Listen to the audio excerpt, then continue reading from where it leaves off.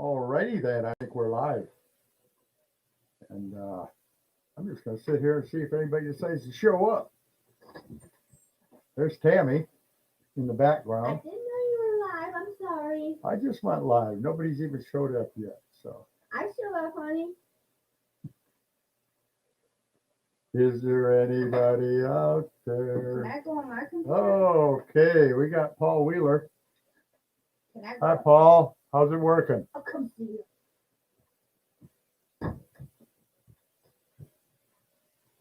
And Wild Bill.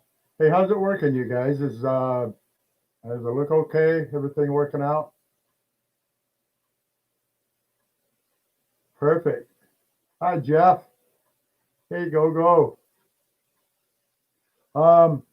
Hey, shoot me some questions while you got me. And I think I might try to do some, hey, Brian. I think I might, there you go, Panner. Jeez, boom. This is a pre one. I think I'm going to start doing these fresh color prospecting. Howdy, Nugget Shooterette. Howdy. Hey, I know her. I'm going to start doing these pretty regular. I think I get a lot of requests by people that want to ask some questions and get an answer right away. And, they kind of save me from having to do videos for the same thing. Hi, Mark. Hey, Todd. And, yeah, I think it'd be a good way to interact with all you. And holy cow, Digging Richmond, how you doing, man? So anyway, if you want to ask a couple questions while I'm in here, I'm going to stay on for a few minutes here. And yeah, Wild Bill, I'm still using the drone, and I don't use it as much in my footage as I prefer to use it to do research out in the desert. And I haven't fully acquired my Part 107 yet. And so when I do actually do video where I'm going to have some drone footage in my videos, I actually have somebody go out with me that has the license and be remote pilot in command. And I act as a visual observer, and he takes the videos and stuff for me, and then I put them up. And it's working out for me right now. I'm still working on it. I thought I'd blow right through that exam, but it's a little tough. And but I'm getting there. Okay, what else we got going on here? All Metal Mike, howdy. Oh, and there I am on Tammy's phone. And who else we got? Brian Thayer, Rebel Digger, morning. Good morning, y'all. I'm hiding behind the computer. Yeah, she's in her pajamas. Yeah, and I'll be on with Digging Richmond on as a guest in January. I believe it's on the 15th, if I remember correctly. Right now, Mike, the temperatures here are going to be in the low 60s today, and it's cold in the morning, especially when you're used to 100 degrees. when it gets down in the 30s, or you hop on that buggy with no windshield. I got my full face motorcycle helmet on to keep from freezing to death. And I know you guys think that's kind of weird. That I think that's so cold, but we go out and hunt when it's 110 degrees here, so your body reacts to the difference in temperature about the same, I'd say. So a 40-degree drop in temperature to your body is a 40-degree drop, so you think you're cold. But yeah, it's not bad here. We don't see many snowstorms. Good morning, Steve. And good morning, Jeff. Yeah, who else we got here? Nugget Shooter, Chris Ralph. Hi, Chris. How you doing, man? 32 degrees. No, thank you, my friend. I think this morning here it was like 35 though, maybe 37. So, but do you get warm during the day in Reno, or is it going to stay like here, like in the 60s today? I don't know. Howdy, Chris. Hey, what's your high going to be today? I see your low is 32. Warm in Reno, Jeff says. 10 to 16 degrees here in Keystone. Fresh colored prospect. Holy cow. You're not going to get much panning or anything done there. Yeah, low 50s for Reno, Chris says. So, wow, Squeak's on here. Digging with Squeak, man. Um, this young lady is a detectorist and she coined relics hunt a lot. You really got to check out her channel. She's a hoot to watch, and I really like up and coming kids in this hobby and in what we do. You just don't see much. Holy crap, Mike! Thank you. I was totally not expecting that, dude. Thank you so much. Thank you. Um, hey, Mike, send me a address on my Gmail, and I'll shoot you over a sticker. Oh, we got Dylan McCulley here. Roland Robridge. Hi, Roland. Hi, Dylan. Randy DeBaugh. Hi, Randy. Digging with Squeak is in Central Virginia. She says it's 38 right now. Wow. You're kidding me. That's it's warmer than it is here, girl. Yeah, we got Brian Thayers. Yep. Mike Underwood. And well, Bill. Holy moly, man. 60, 66 Ghost. Hello from Russia. Well, hello to you, my friend. That's a long ways away. You know, I've always wanted to go to Russia um, to hunt platinum. I had a friend there that was finding some huge platinum nuggets metal detecting years ago. Ooh. And Brian McNally in Tucson. Good gold down there. I like hunting down in that area. Oh, Lost in Phoenix. Merry Christmas to you. Merry Christmas to you too. And Sid Riker. 9 for a low, 31 for a high. Eat gads. And that's, you must be up pretty high there, eh? Yeah, oh boy. Sleet and rain all morning. Really, Chris, I didn't know that. Any size to them, or because we have platinum in there's only a few occurrences I think where in the Southwest, but Arizona, I mean, actually, Big San Domingo Wash, they have found platinum in it, but it's I mean, not in the nugget form. They're getting it out of the black sands, I believe, and along with some other rare earth minerals. But how big are nuggets in California, Chris?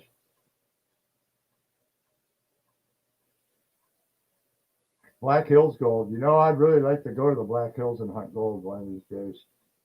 That's on my bucket list. A half ounce piece, no kidding, Chris.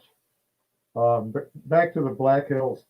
I've been there many a time, okay, but on a motorcycle for the Sturgis Rally, and I didn't do much prospecting on those rallies, but I sure had a lot of fun.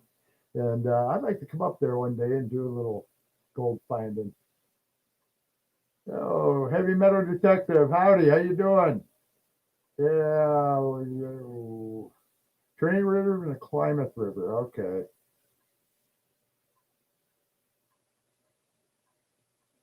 Oh, Bill, Merry Christmas. Merry Christmas, Timberline. Timberline Gold Prospecting. Good to see you here. Merry Christmas, Sid. Roswell, New Mexico. That's another place I've been to. That's an interesting place. Very interesting place for a lot of reasons. I think the funny thing is even the Indians regarded that area as spiritual. It's a bit weird. Yeah, let's see. Any other questions here going on? This is pretty wild. I just picked up a El Cheapo camera to throw on top of the computer, and they work pretty well these days. Marina, Bill McNeely. There's gold down in that area. Ski Searcher. Howdy, howdy, howdy. Oh, I haven't heard that name before. Am I sub to you? If I'm not, I will be. Paul, how you doing, man? Merry Christmas to you too. Boy, that's too bad we didn't get that claim we were after, wasn't it? Darn it. Yeah, we got beat to that fair and square though. Kind of, we'll shoot some nuggets. Oh boy, it really gets crazy over a million people. Yeah, it is crazy during the motorcycle event, but back in the day, it was a lot more fun. Now they made it into a vendor show mostly. Everybody just wants to sell you something. But I'd love to come up there sometime and do a little collaboration. We could hunt gold a little bit. Boston Phoenix. That you, Steve, that transmission's holding up great, man. I don't have any trouble at all with it. We had like a little mystery weirdness with it, but we took it back to the guy that rebuilt it, and now it's just works really well. We ain't scared of nothing. Yeah. Okay. What else we got here? I'm up for it, Brian. I get out a lot. I'm retired from my full-time job now, so I spend most of my time doing this. I had a passion for education. There's a lot of people that's known me for a long time. Stuff and Things, BC, welcome, welcome. Um, and I worked with the GPAA and the local clubs. I would do seminars and lectures, and um, I did that for a long time. And I met a guy by the name of Aqua Chigger. I'm sure a lot of you know Bo. Um, Actually, I met Bo the first time at a Mind Lab Partners Conference. Mind Lab has partners conferences where they fill us in on upcoming stuff and what's going on. And I met Bo there, and I knew he was on YouTube at that point, but I didn't know much about him. And then he came out to get some lessons on the Gold Monster 1000 from me. And halfway through that, he asked me why I wasn't on YouTube, with my I'm so educational and whatnot. Let me look over here. Yes, I'm Guadi. I can't say that, but yeah, you get a free lithium-ion battery, so you get two of them with the machine, and hard to beat that. No shipping, and I don't know. That's our deal right now, and we got them in stock. Um, but anyway, I was talking to Bo, and he's eating his lunch, and Bo's out there with a ramen noodle soup square without any of the seasoning on it, right? And he's eating this thing like a potato chip.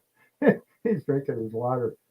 And I said, Bo, just feel too dorky. I said, I'm a dork. I can't get on there. And he goes, well, and he says, what do you think of me? He's chewing on that thing. I kind of looked at him funny and I said, you know what? I think I can do this. So within, I think, a week, I put up my first YouTube video. And I actually signed up for YouTube back in 2014 when Garrett first came out with their ATX, and it had a issue where if you got it close to your hip, there wasn't enough shielding in the control box, so it would hear the sound of your hip as a target. So when you're poking under a bush or something, you think you're hearing that target, and it's the darn machine giving you some pulsing signals.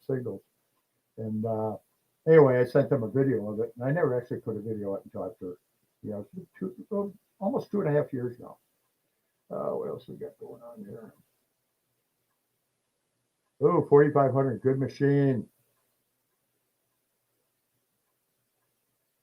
Oh man, you guys talk about all these places by Mount Lebanon and stuff. I might have to come down there and crash your party.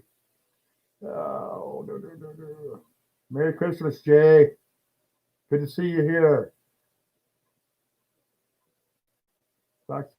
He's dead. LD May is giving away Gold Monster with lifetime membership. Yep, there you go. Okay, we just got spun into clubs. And why would I think that's such a good idea? And I'm a dealer and I'd rather sell you a detector. I'll tell you something. When you're new to this, especially, if you've been prospecting for a long, long time, clubs are still there. They're still fun to see people. You can always go there and get gold. But for people that are new to this, that's the big deal, my friends. You get to go out and you read your placer book. It tells you about placers and this and that. So now you got all these claims from the GPA or another club. You go out on the club claim, and you can read about where the gold is found, how the gold is found, blah, blah, blah. You've watched me talk about that for a long time. And being in a club is a best way to get started if you're new to this, because you understand where the gold is and why it's there. And without education, without getting your coil over a nugget, you're not going to get none. And it's all about education. And that's what I was talking about before. That's what got me into this, because I can educate now on a larger platform and help people learn. And I really get off on that. I enjoy people saying, I got my first nugget because of you. Well, no, you didn't. You got your first nugget because you put forth the effort that you learned you had to put forth to find that first nugget. You found the first nugget. Well, Bill, I don't.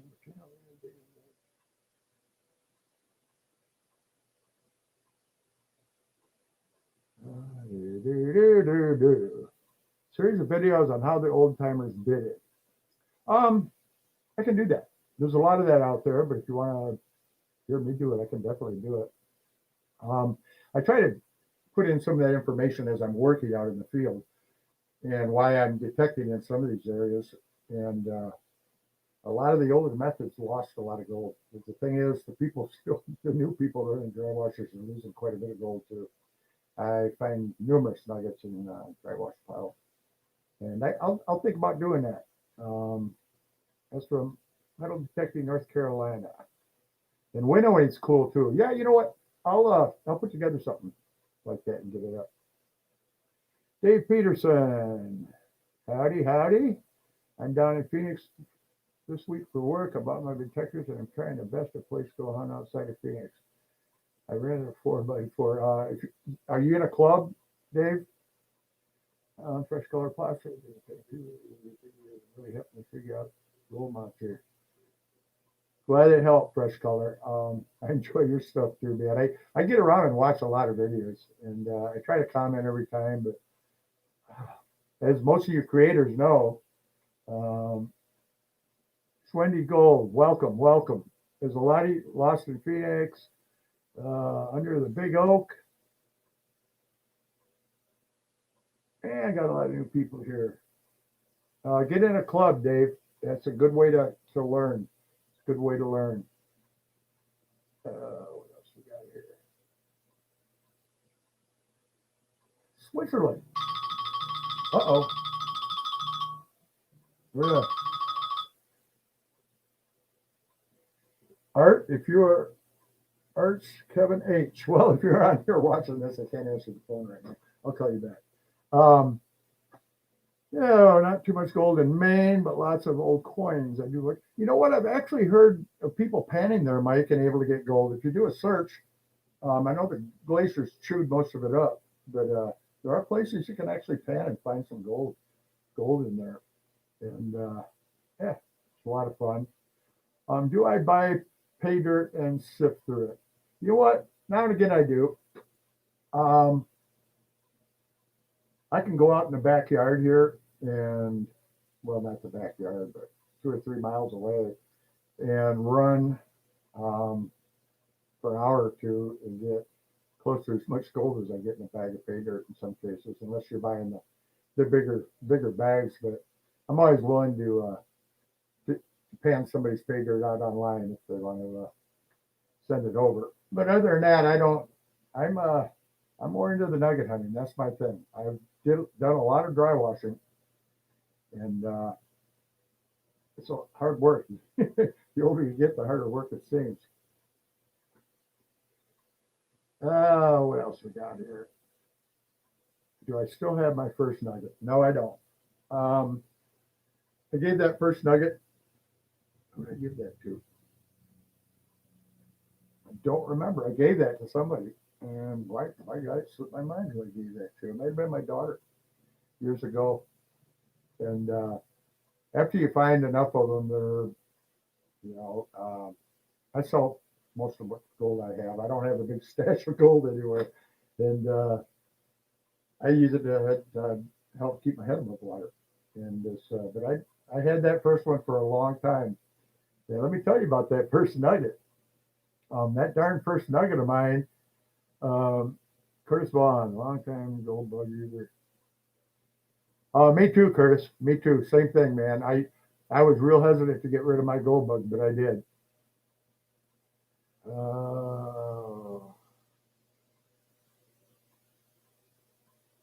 Wow, I'm gonna have to go back through some of this stuff because I'm missing some of it. But my first nugget came out of my own tailings pile.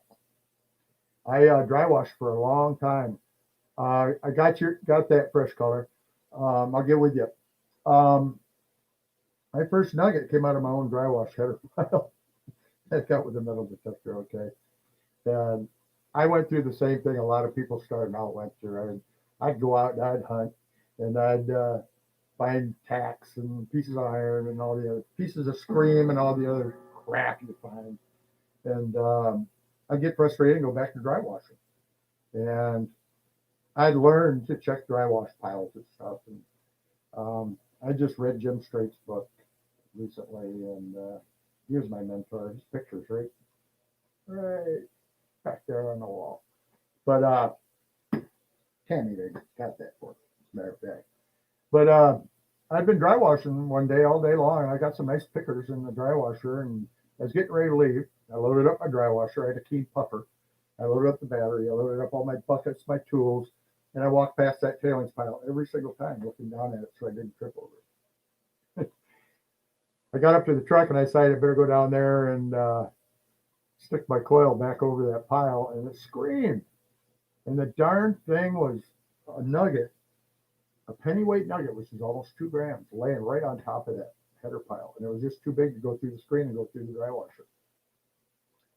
But it brought confidence. I learned I could find gold with the detector. So I started hunting under the dry wash piles.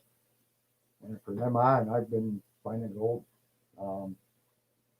I've been learning, and education has been the best for me. That's what works.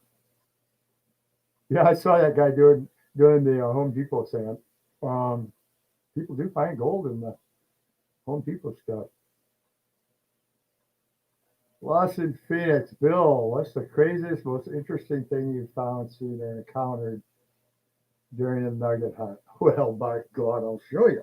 Yeah, and there's more of them that are weird, but I'll show you this one. If I have it here. Okay, where is it? Oh, no. Oh, here it is. And this one. Now, these are both Goldfield finds. Okay. And there's no explaining some of the stuff you find in the Goldfields. This I found in the Goldfields. That is a creepy dude. Okay. Now, I don't know how that got there or what it was doing out there, but I got that right out of a camp area. It looks like his belly's been rubbed a bunch. Okay. This is the weirdest thing I found. Okay, it doesn't look like much right now, does it? When I dug this up out of the hole, I grabbed a hold of it and picked it up, and it did this.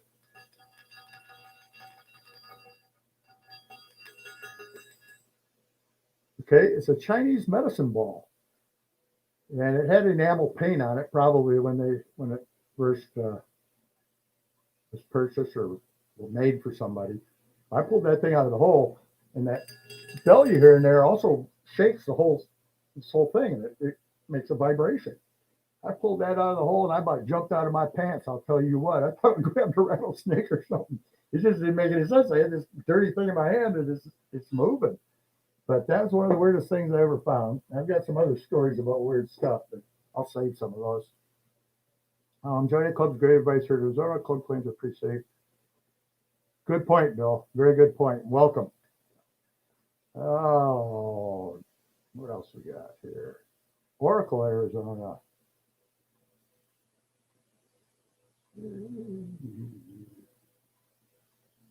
Colorado Gold Guide. Howdy, Brandon. Dave Peterson.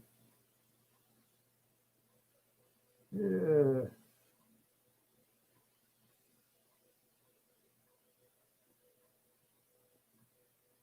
Rod McCon. Holy Moncrief.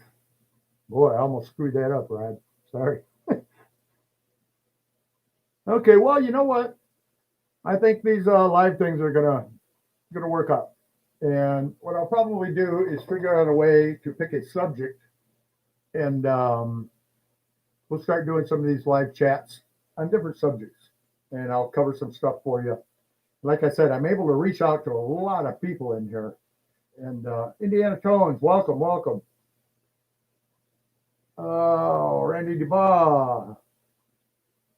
Have I found gold in Oregon? No, but I know it's there. I'm a desert rat. Okay, I may travel some more now um, as we move along in this new adventure on YouTube and whatnot, and show some of the areas there.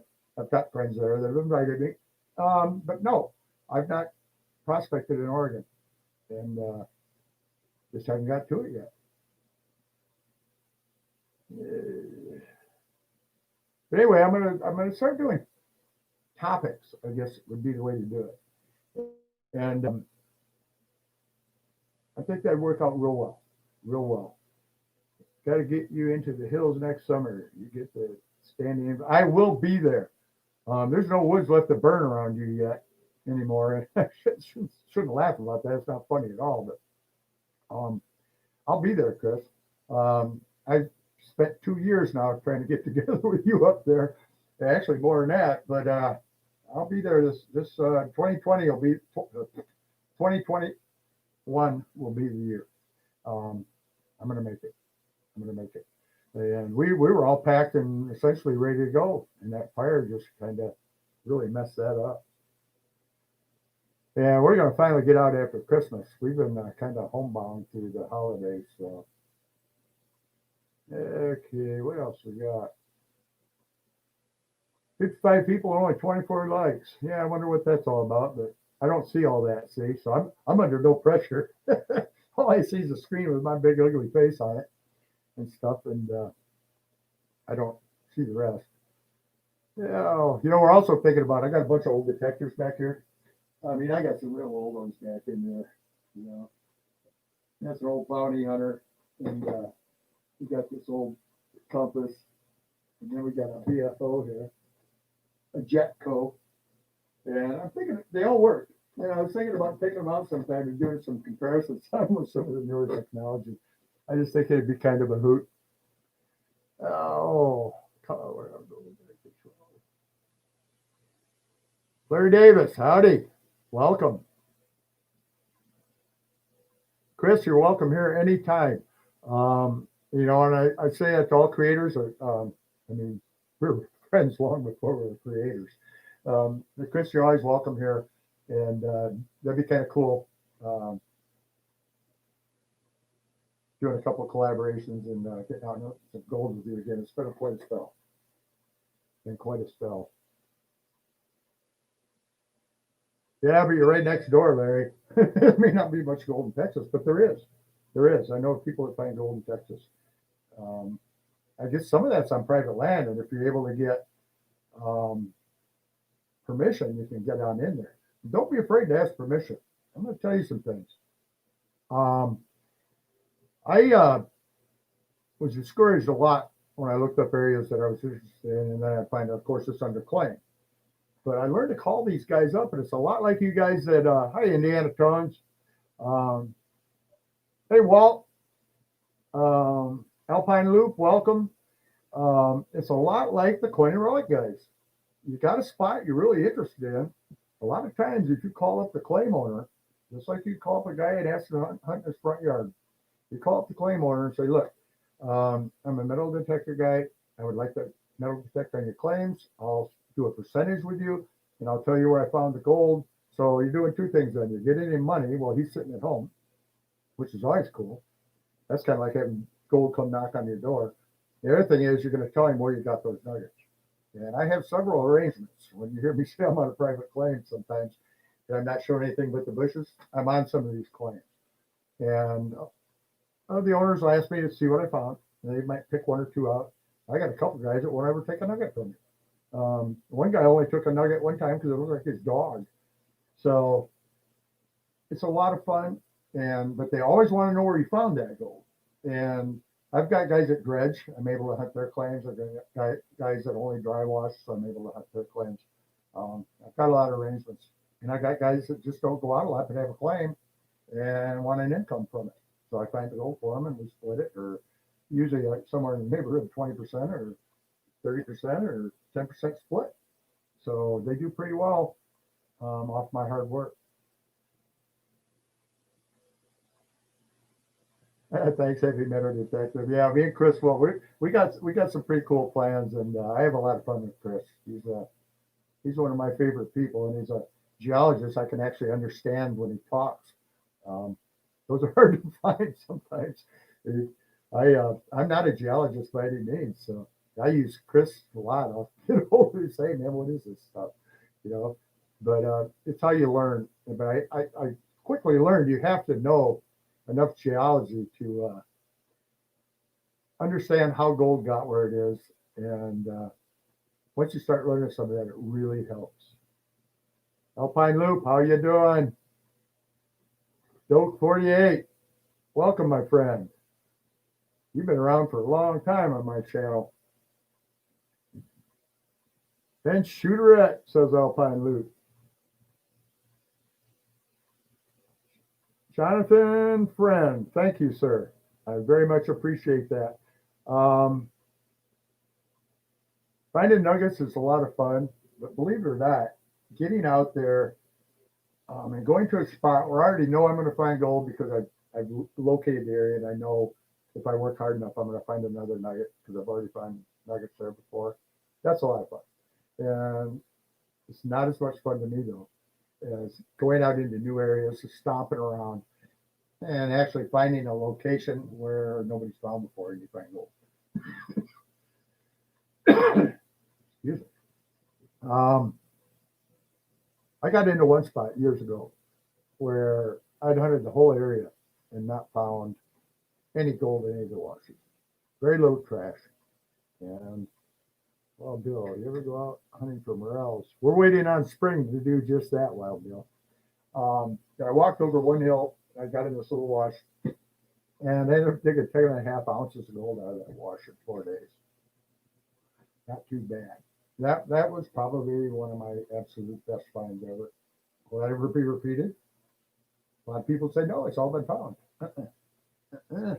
I plan on doing that 3 or 4 more times before I get old. Yeah. Man, I gotta get a bunch of good people on here. Bill Powell, I spent all that time watching rewatching. Thank you, Bill. I really appreciate that. Emerald Triangle, welcome. Welcome. And this is just a test thing. So it's just a lot of fun. And I think I actually carry a little streak test gizmo with me and stuff so I can check the streak on rocks and stuff out there. And I think the learning, I've got this insane hunger for information in anything I do. And as a result, I start all these hobbies and I'll go full bore like beekeeping and stuff like that for a couple of years, and then I kind of get burned out at it and go back. This is one hobby I've never gotten burned out on. And I don't know if I want to call it a hobby, but I'm not a miner. I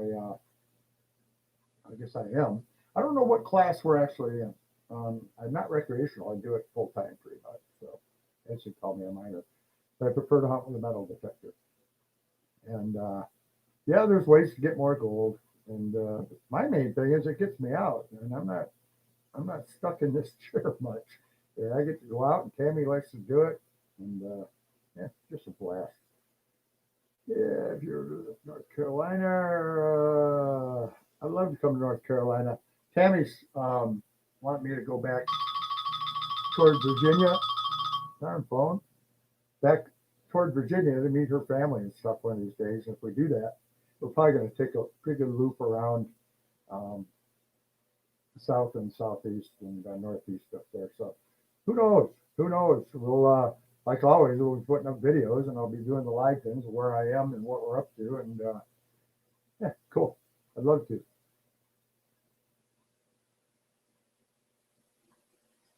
Sid Riker, you're very welcome. Thank you for watching. I guess one of the things that started me to educate people is when I started doing this back in early 90s, late 80s, there was nobody out there to really help you. Training was not a thing. Most shops didn't train anybody. It was just say detector kick you out the door and good luck.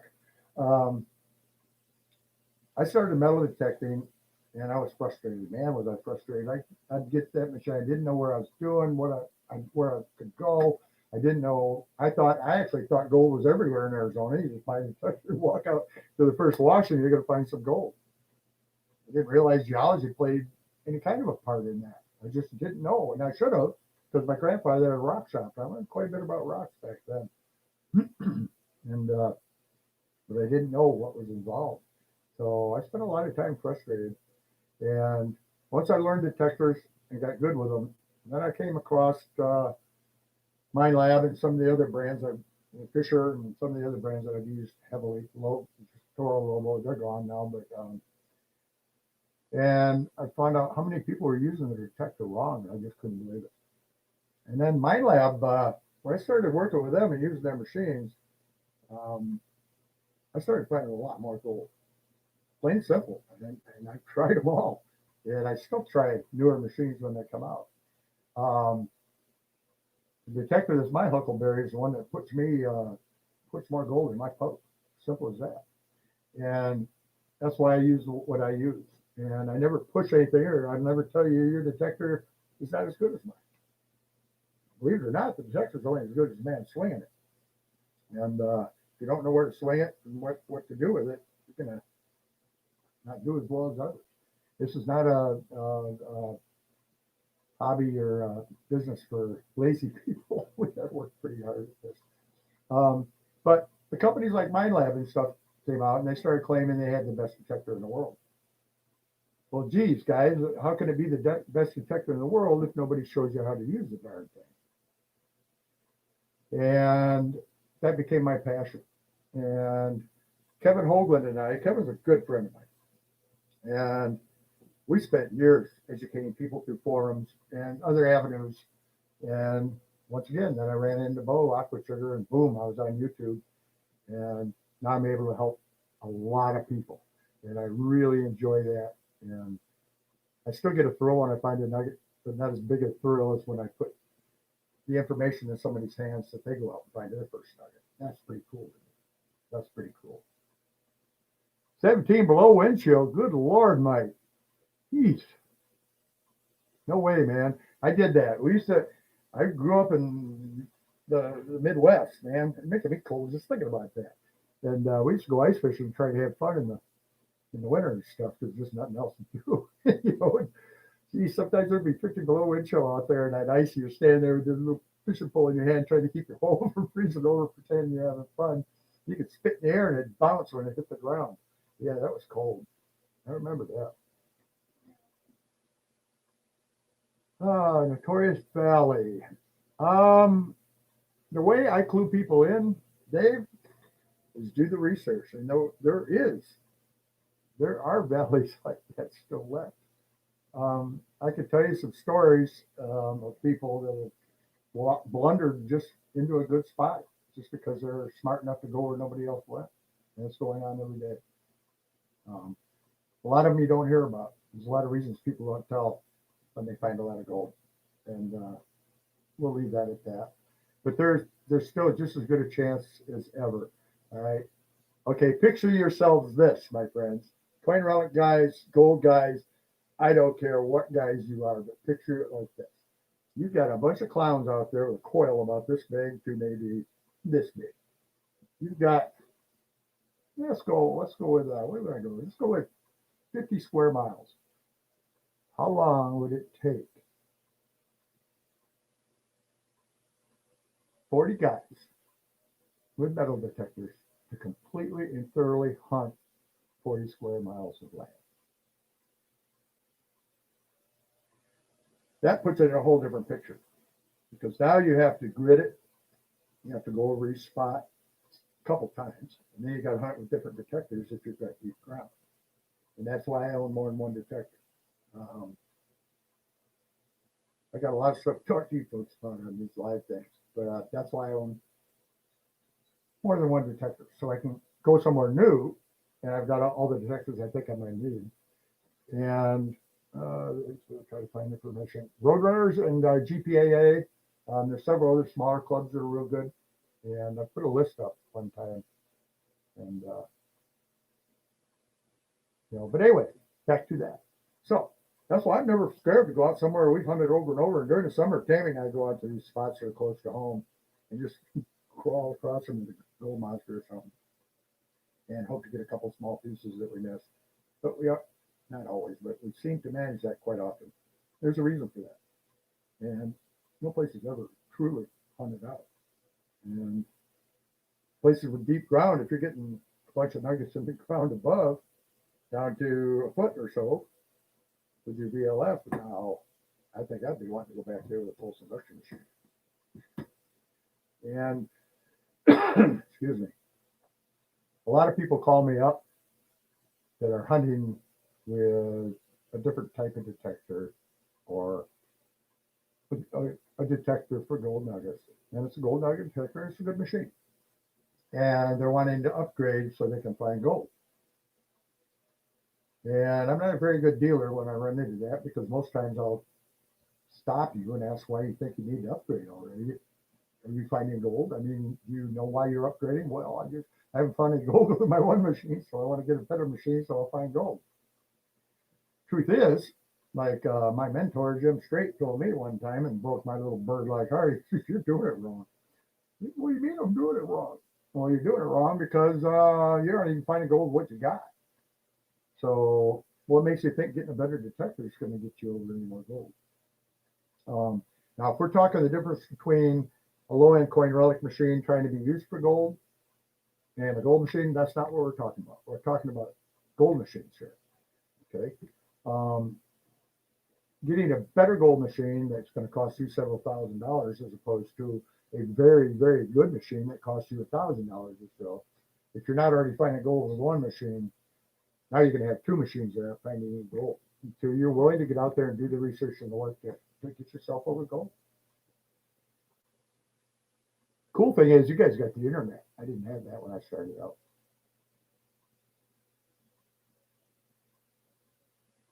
Yes, Wild Bill, it will. That's what I just said. Funny you should put that up there. Uh,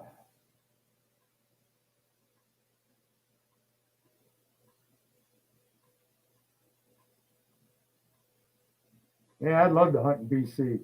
Um, I've got a couple friends that have done a lot of mining in BC, and they do quite well. Quite well. I've got the media mod on it, Larry, and I like that real well. I've even tried it with a pretty heavy wind. It works really well on the 9. The 7, I used a external mic most of the time, and with the 8, I did occasionally. And but with the 9 so far, I haven't had a need to. If it got windy enough um, that it would blow through the foam on this. This is the 9, but it's got this nice foam cover on the microphone, and that solves that problem pretty well. I really like that camera, and works really well for me. Best one yet. Cougarans, that's cool.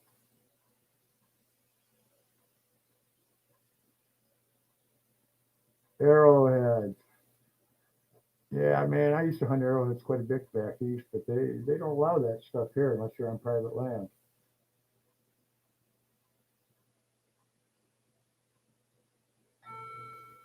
Hey, Adam Fluff. Interesting. I was talking about getting up there in South Dakota. Yeah, it's gonna have so many places to go and so little time.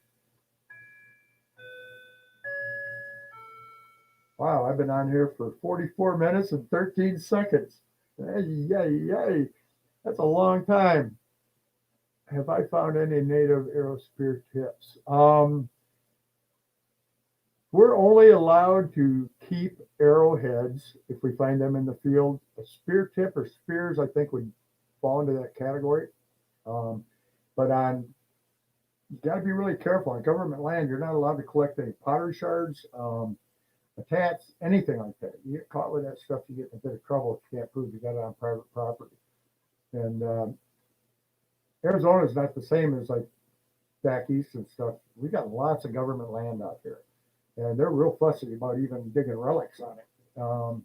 You start showing off a bunch of relics, you're out here relic hunting, and you're not on private land, you might run into some trouble there as well. Okay, Stuff and Things BC. I don't know how to get a hold of you. On all of my videos, if you go down to the description part, there's my address, my email, and all my other contact information is right there. You're more than welcome to contact me anytime. I may not answer right away, but I'll answer as soon as I can. We spend a lot of time in the field, so most times I get there pretty quick and answer you. Boyd Brothers, howdy and welcome. Good to see you here. The washes, I don't hunt washes as much as people would think. I mostly hillsides and banks and stuff like that. But I go out as soon as I can get out in the desert after a rain. A lot of times, big chunks of wash bank will slough off into the wash and put some new gold in there and new spots to detect. But mostly, I like the evenly wet ground because it's better conducted. I can hear targets much better in wet ground than I can dry ground. It doesn't matter if it's pulse induction or VLF. It's pretty much the way to go. How about Australia? Actually, Australia is on my bucket list. And a friend and I and Tammy and maybe even Bruno are going to try to get there whenever the stuff ends and people start opening their borders again. It's hard to say. But yeah, I'd love to go there. I'd love to go there. But there's always that old saying, don't leave gold to find gold. There's a lot of gold in the Southwest.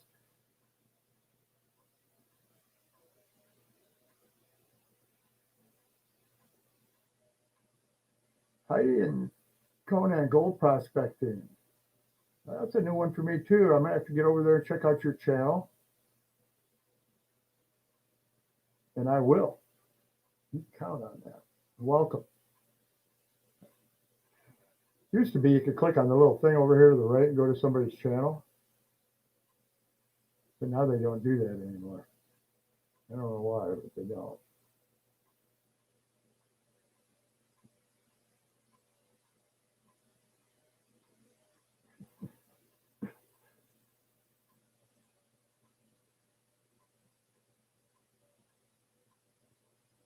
Pocket country down there. You got the Emerald Triangle. Yeah, we got some pocket country here too. Over to the west of here. And actually in this area, there's been some nice pockets found. And that's my dream. Walk over one of those one day. And yeah, that would be something. I know of a guy that's into a pretty big pocket right now. I just can't say much about it. I have a shop on my property. It's a little cabin that's a shop, and we're kind of closed right now because of the COVID thing, because it's just a little shop. But I do have a shop, and I'm by appointment, and that's simply not because I'm important or anything. It's simply because I'm gone so much on the road, and sometimes we leave for days at a time, and I don't keep a huge inventory. And I've got a guy that takes care of things while I'm gone, but yeah, I got a little shop, and I'm mostly a mine lab guy. I'm a multi-line dealer, but most of the stuff I keep in stock is related to mine lab. You know, I can order you other detectors, but depending on what you want and what you want it for,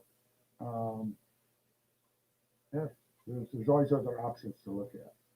And I always recommend to people that you know what you're looking for before you go and talk to a dealer. It's quite helpful. It's like going to a car dealer and asking which car you should buy. Good luck with that one. Okay.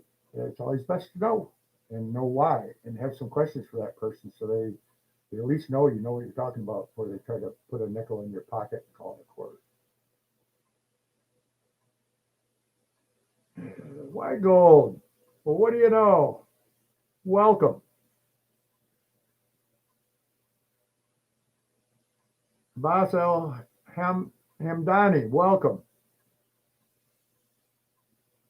The 2300 right now, Boyd Brothers, is $3,300. That's a heck of a Christmas deal. they dropped about $400 off the price, somewhere in that neighborhood, for the Christmas special. And plus, the 2300 is upgraded now. Now it has a lithium-ion battery, and you can also still run the regular batteries. And it has protection on the knuckle, where the bottom of the close. I don't have mine in the house. Uh-oh. Yeah, I got a tick-tock clock back there. I got a clock fetish. And they also have the volumes louder on the machine itself for when you're not using headphones. I recommend people always use headphones unless the Gold Monster, you don't have a threshold to listen to. If you're running a machine with a threshold, you really should run something in the way of headphones so you can hear those little bumps in the threshold that could be a deep target you otherwise would have missed. The Gold Monster has no threshold.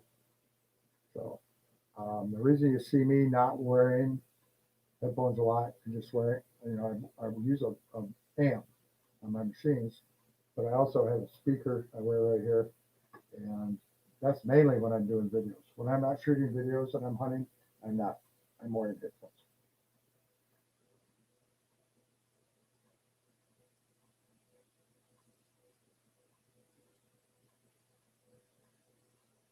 Yeah, that's steep hunting. That's tough. You know, you get up here in the mountains somewhere, Emerald Triangle, and some of these places these old timers went and see evidence of their work, and you just think, how in the world? And that's back before they had backpacks with a water bladder in it and canned food and everything you need, and in a satellite phone in case you get hurt. And those guys made some amazing places, but they didn't find it all, did they? A lot of those steep places, you just couldn't hunt it officially. And some of those places now from 200 years ago, a lot of dirt's moved off the top. And there's things that have showed up that weren't showing before. Plus, the newer technology helps.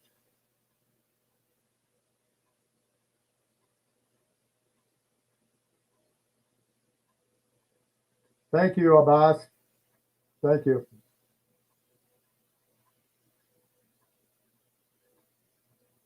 The CTX 3030 Henry, heavy metal. I had one, and I'm not a big coin relic guy, and I have the Equinox 800 for that now. And the CTX 3030 is a higher end machine. It'll do things that the 800 will not do, but I did not do enough hunting with that machine to warrant having one hanging around. I just didn't use it. The main reason I bought it because when it came out years ago, we thought we'd be able to go out and hunt for gold with it and use a discrimination circuit in some of the really key areas we couldn't otherwise hunt. But it couldn't handle the hot ground out there like most coin relic machines. And that's why people have to be careful when they buy a detector. And the guys tell them, oh, yeah, it'll hunt gold too, just fine. Well, it might in a sandbox. But you get out in this hot ground out here in the Arizona desert, the California desert, or other places, especially Australia, places like that, you're going to get a rude awakening. The machine just freaks out and doesn't know what to do. You have to turn the sensitivity so far down you couldn't hear a bullet at 8 inches. No way. So it's pretty rough sometimes.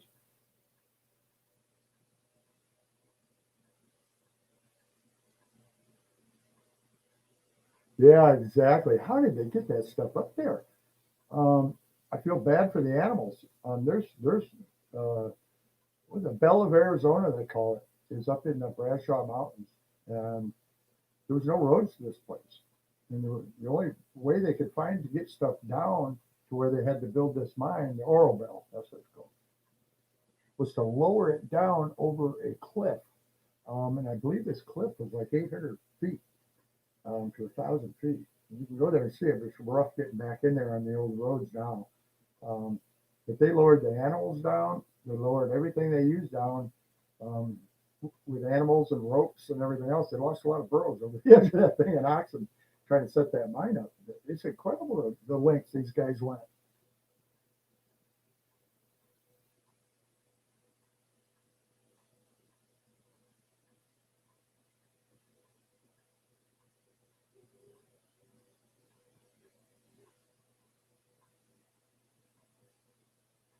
Yeah, Dave, a lot of the earbuds and stuff like that work just fine. Um, and it's the Bluetooth on the Knox is pretty good too, so you can use pretty much any wireless stuff you want to use. Kudos to MindLab for doing that, so they're not forcing you to buy their headphones.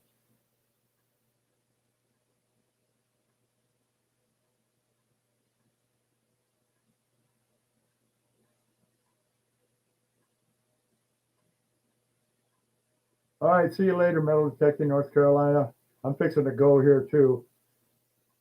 Spaceships. Yeah, probably when they're putting the gold down there, they use spaceships. I had a friend that said that. He said, "Yeah, he couldn't explain how gold keeps getting there." He said, "Aliens come over at night when we're all sleeping and shake it out of the salt shaker across the desert for us to find." But anyway, I'm going to get out of here. Skull candy worked good too. I've used those black gold. I appreciate all you guys stopping in. I'm going to start doing one of these live things fairly often. And I think it worked out pretty good. And I'm going to pick topics. And I might even try to drag my pretty other half in there for some of them. She's more fun to talk to and watch than me. So, with all that said, guess what's coming? I can shoot her out. Thanks for joining me. Take care.